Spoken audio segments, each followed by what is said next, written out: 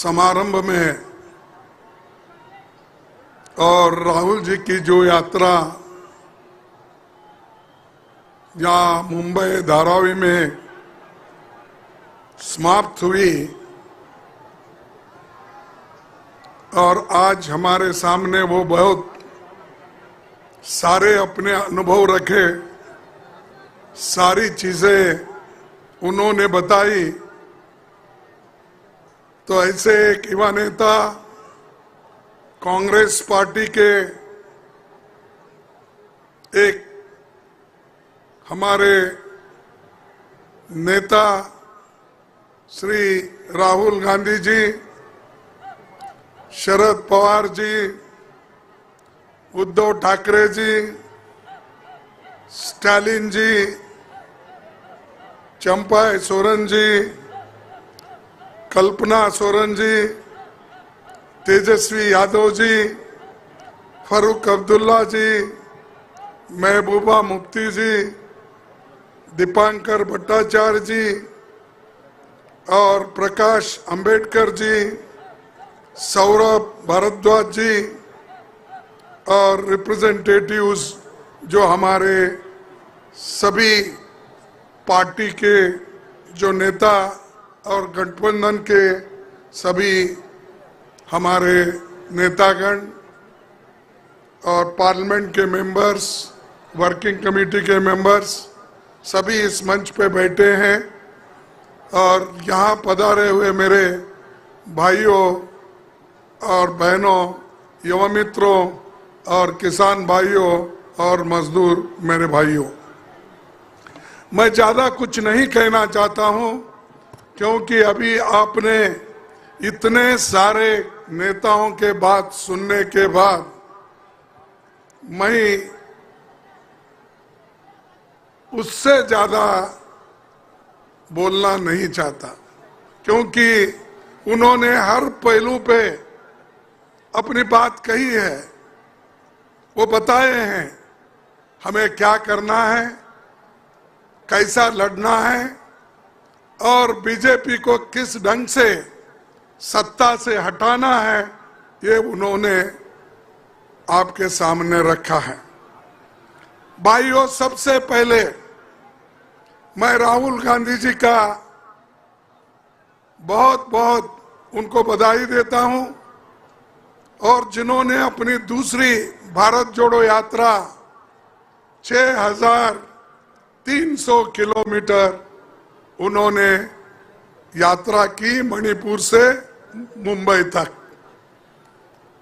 और दूसरी इससे पहले कन्याकुमारी से लेकर कश्मीर तक उन्होंने खुद पैदल यात्रा की।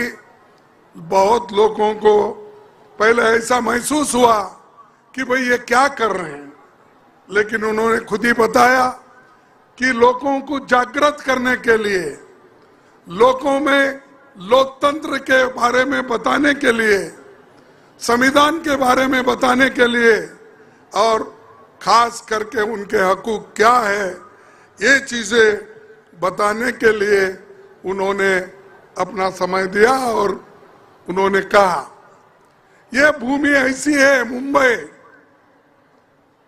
ये सबसे शक्तिशाली नगर है, पूरा भारत इधर देखता है क्योंकि सारा खजाना बॉम्बे में है, रिजर्व बैंक भी बॉम्बे में है और नेता लोग भी जो हमारे यहाँ पर जो जन्म लिए, जिनकी कर्मभूमि रही, छत्रपति शिवाजी महाराज हो और छत्रपति शाहू महाराज हो, महात्मा ज्योतिबा फुले हो, डॉक्टर बाबा साहब अम्बेडकर हो, ये सभी नेता यहीं पर जन्म लिए हैं और ये एक क्रांति वीरों की भूमि है।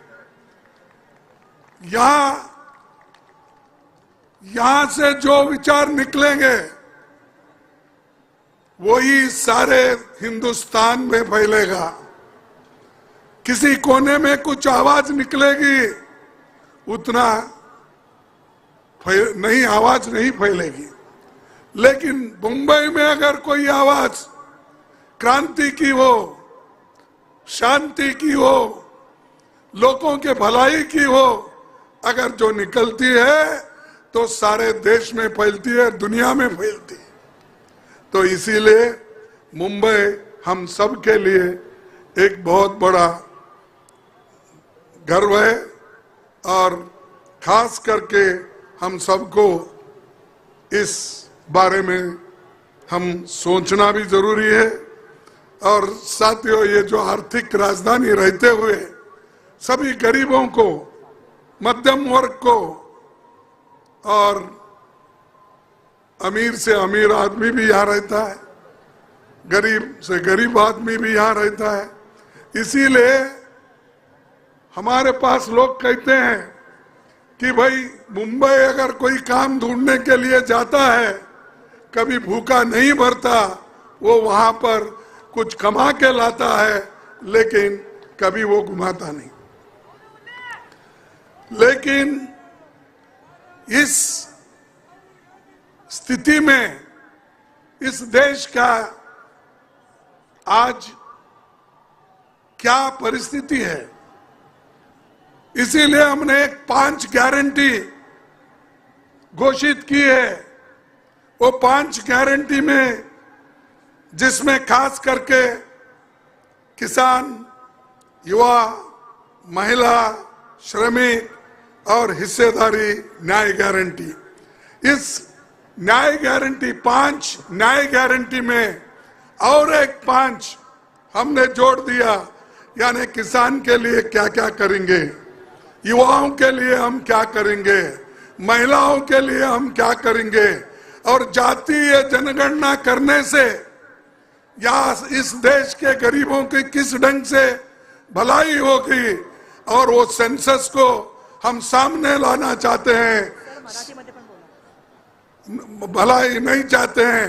इसीलिए हम इसको हमने चाहते हैं कि 25 गारंटी जो हम सभी ने स्वीकारा है और स्वीकारने वाले हैं, ये आपको जब आने वाले दिन में सभी मिलके आपको बताएंगे। ये सब गरीबों के लिए हमने किया है।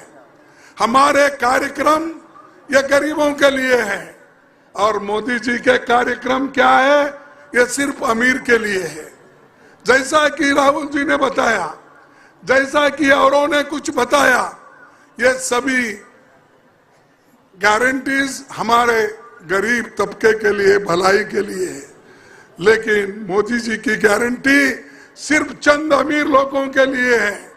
जो अमीर रोज अमीर बन रहा है, गरीब और गरीब बन रहा है। बहुत से लोगों को ये समझ में नहीं आ रहा, इतनी गरीबी रहती हुए हम उधर ध्यान नहीं दे रहे। इन्फ्लेशन बढ़ रहा है, अनएम्प्लॉयमेंट बढ़ रहा है, गरीब बच्चों को स्कॉलरशिप जल्दी नहीं मिल रहा है, इधर किसका भी ध्यान नहीं है। और मोदी जी हमेशा यही कहते हैं, ये मोदी की गारंटी। अरे भाई, तुम्हारी पार्टी की गारंटी तो कम से कम बोलो। Modi guarantee, Modi guarantee, Modi guarantee, ये क्या है? मोदी एक व्यक्ति है, लेकिन वो व्यक्ति को इतना अहंकार आया है कि हर चीज को ये मोदी गारंटी। और वो ये भी समझते हैं मोदी जी कि देश को आजादी मिली है वो 2014 में ही मिली है, इससे पहले आजादी नहीं आई। 1947 में आजादी नहीं आई। उनका कहना है कि आजादी मिली ये 2014 में ही मिली, इसीलिए उनकी गिनती वहीं से शुरू होती है। वो पंडित जवाहरलाल नेहरू जी ने जो किया वो भूल जाते हैं। डॉक्टर बाबा साहब अम्बेडकर ने जो निचले तबके के लिए और देश के लिए क्या किया वो भूल जाते हैं। देश के एकता के लिए किस नेताओं ने लड़ा, कैसा लड़ा, कैसी आजादी लाई, इसके बारे में वो कभी नहीं सोचते। उनकी सोच अलग है। जो शक्ति राहुल जी ने बताया, मैं तो खुलकर बताऊंगा ये जो शक्ति कहने की शब्द है, मोदी जी के पास आरएसएस की शक्ति, आरएसएस की आइडियोलॉजी, मनुवाद, ये उनकी शक्ति है। इस शक्ति से, इस विचारधारा से हमको कुचलना चाहते हैं। और मैं ये कहना चाहता हूं कि बार बार चंद लोग ये कहते हैं कि भाई हमको 400 दो इस बार। हमारे पास कर्नाटक का एक एमपी, उसने कहा कि हमको 2/3 मेजॉरिटी होना। क्यों होना भाई? इसीलिए होना, देश के संविधान को बदलना है।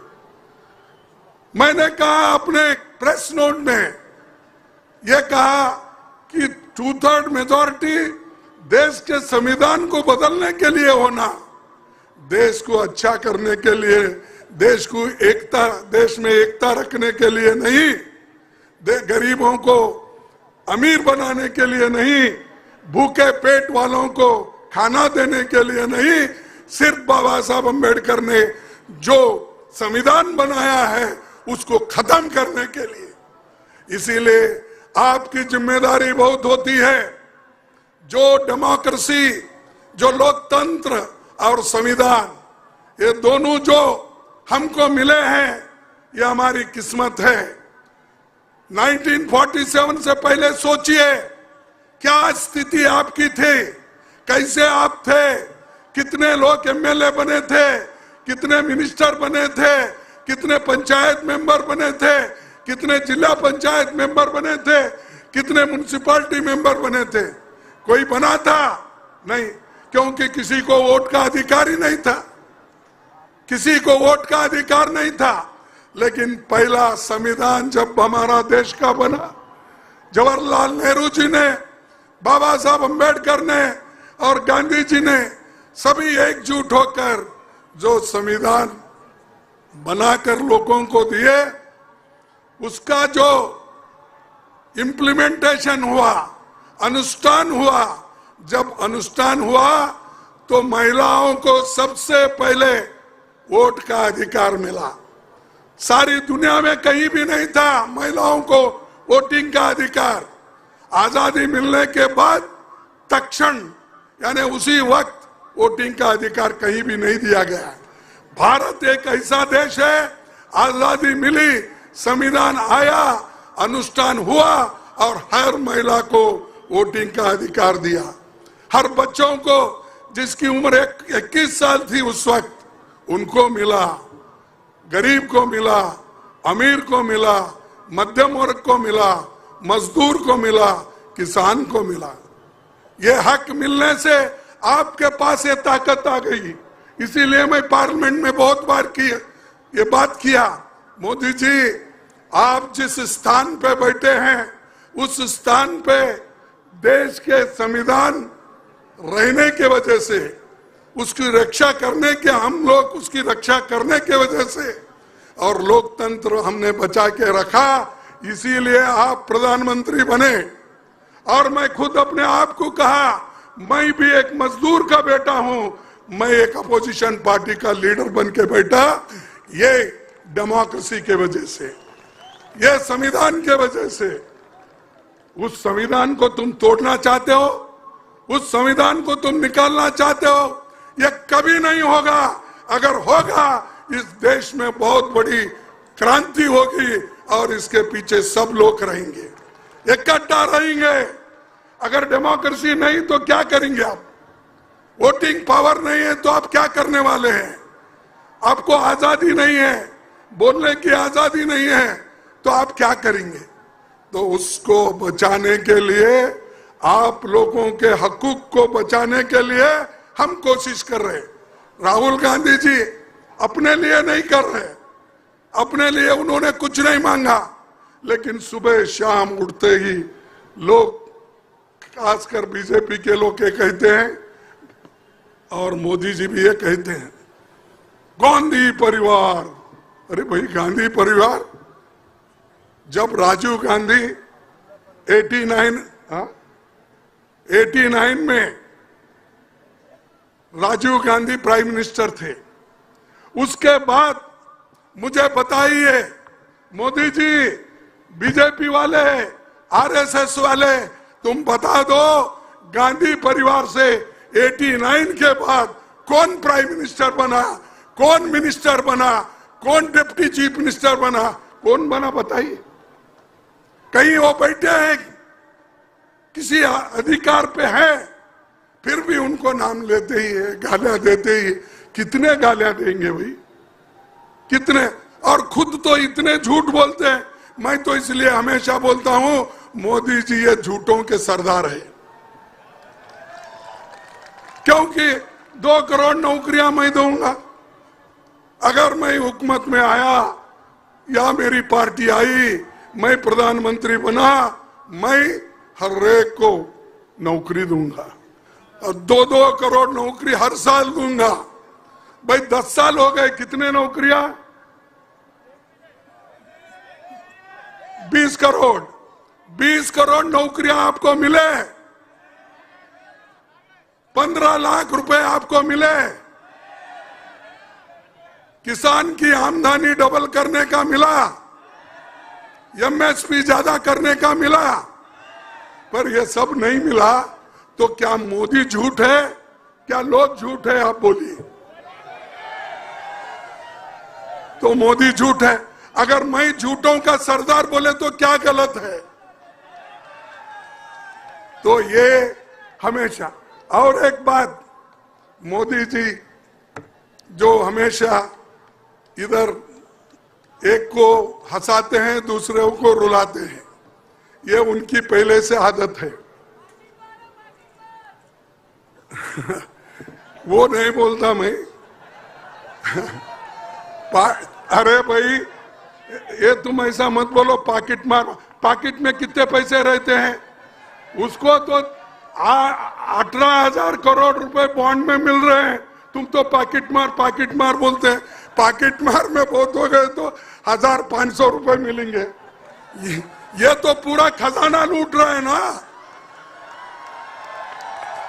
ये तो सुप्रीम कोर्ट बोला, ये हमने नहीं बोला कि उनको कितना पैसा मिला, हमको कितना पैसा मिला, दूसरे पार्टियों को कितना मिला। हमको तो 11% मिला।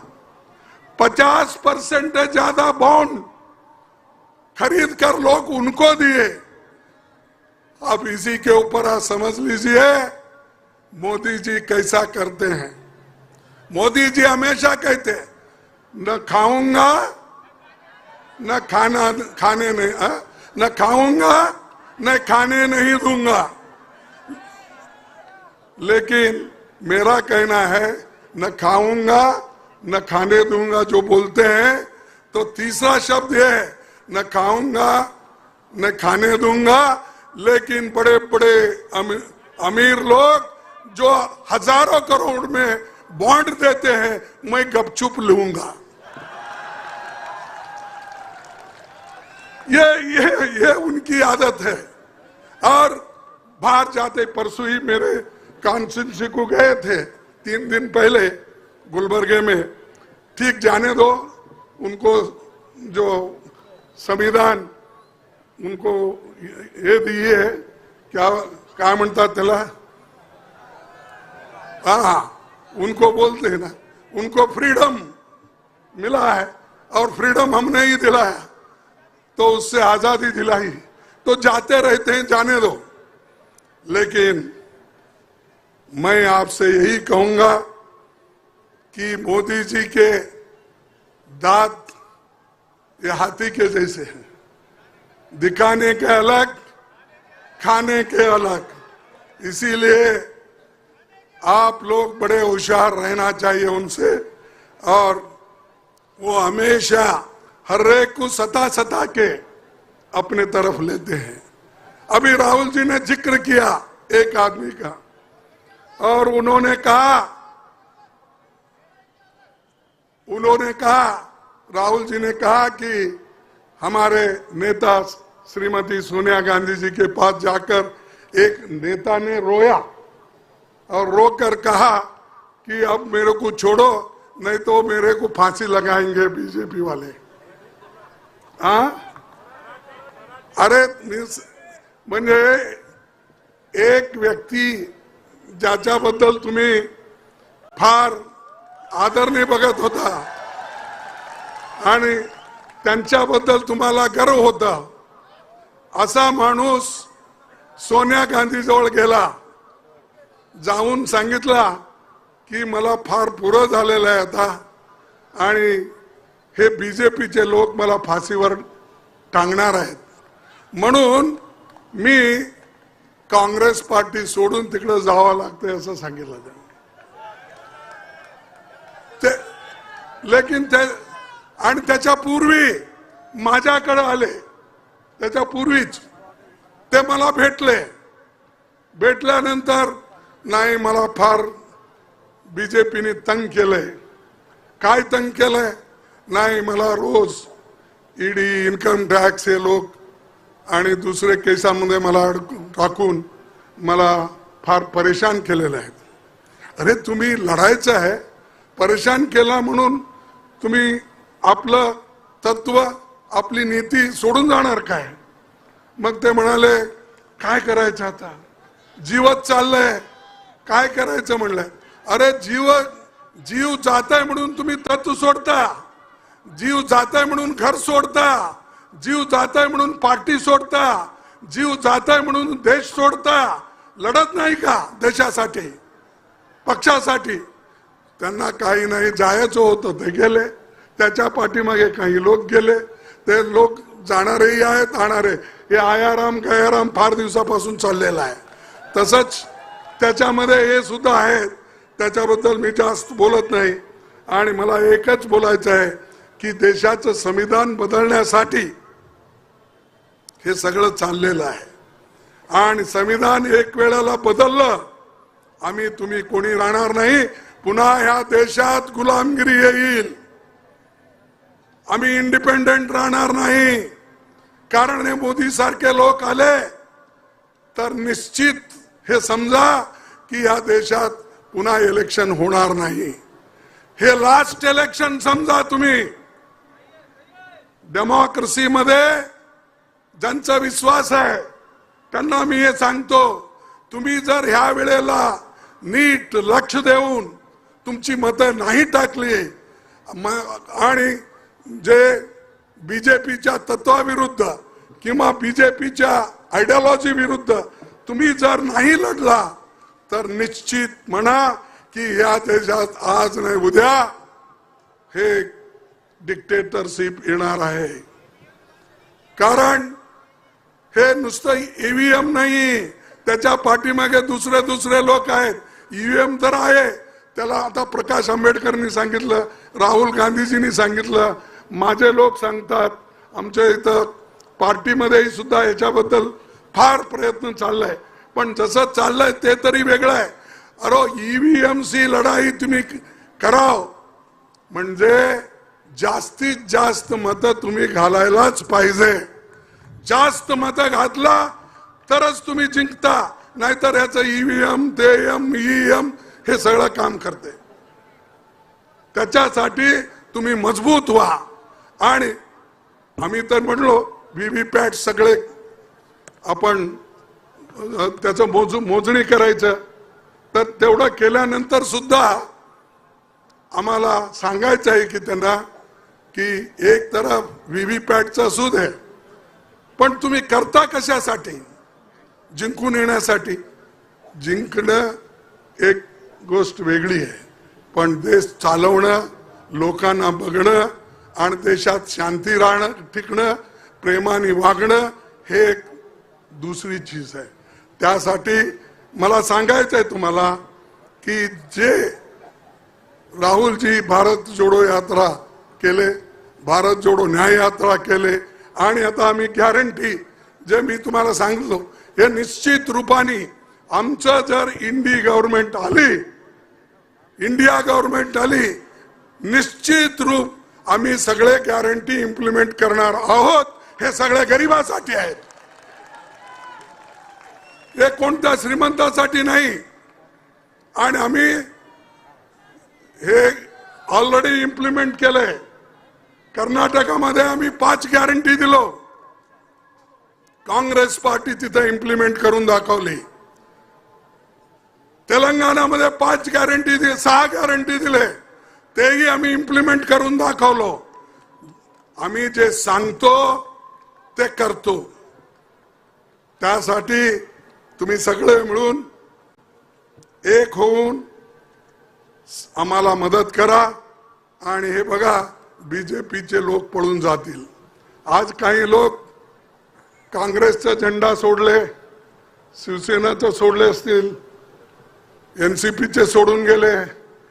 ते पुरत तुम्ही जर 2024 मध्ये आम्हाला मत घेऊन भारी बहुमताने जर तुम्ही निवडून आला, ते सगळे लोक दुसरीकडे पळतील, आमच्याकडेच येतील पुन्हा. त्यावेळेला तुम्ही घेऊ नये. जे लोक पळून गेले त्यांना सोडा. मी शरद पवार साहेबांना, उद्धव ठाकरेंना सांगतो की जे गेले जाऊ दे, त्याला दुसरा तिथं पैदा होतो ना, दुसरा जन्मतोय काय, तोच आहे काय? तर हे फार मोठं आहे. म्हणून मी तुम्हाला सांगायचं आहे की तुम्ही सगळे लोक ईडी, सीबीआय, आयटी ह्याला भिवून जाऊ नका. लढा. हे असंच दिवस राहणार नाहीत. लढत राहिलं तरच तुम्हाला यश मिळेल. रडत राहिला तर तुम्हाला रडवतील ते 100%. त्यासाठी मी तुम्हाला विनंती करतो पुन्हा पुन्हा की सगळ्यात जास्त अगर नुकसान कुणाला आहे, अगर हे आपली संविधान नाश झालं, संविधान गेलं, तर सगळ्यात जास्त नुकसान दलितांना आहे, मागासवर्गीयांना आहे, गरिबांना आहे, शेतकऱ्यांना आहे, सगळ्यांना आहे, मायनॉरिटीला आहे. त्यासाठी तुम्ही सगळे एक होऊन हे काम करा. आणि जे आज आयडियोलॉजी आहे, कोणत्या आयडियोलॉजीला डिफीट करायचं आहे? मनुवादच्या आयडियोलॉजीला डिफीट करायचं आहे.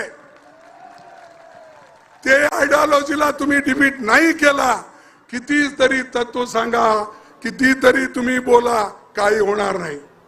त्या आयडियोलॉजीवर तुम्ही टिकून राहा. तेव्हाच तुम्हाला यश मिळेल, तेव्हाच तुम्ही एक होऊन उठाल. म्हणून मी तुम्हाला शेवटी एक शब्द सांगून मी आपलं भाषण संपवतो. ते आहे की आपले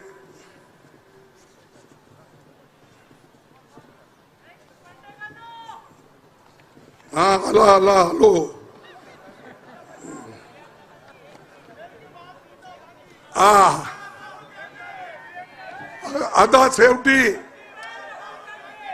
आता शेवटी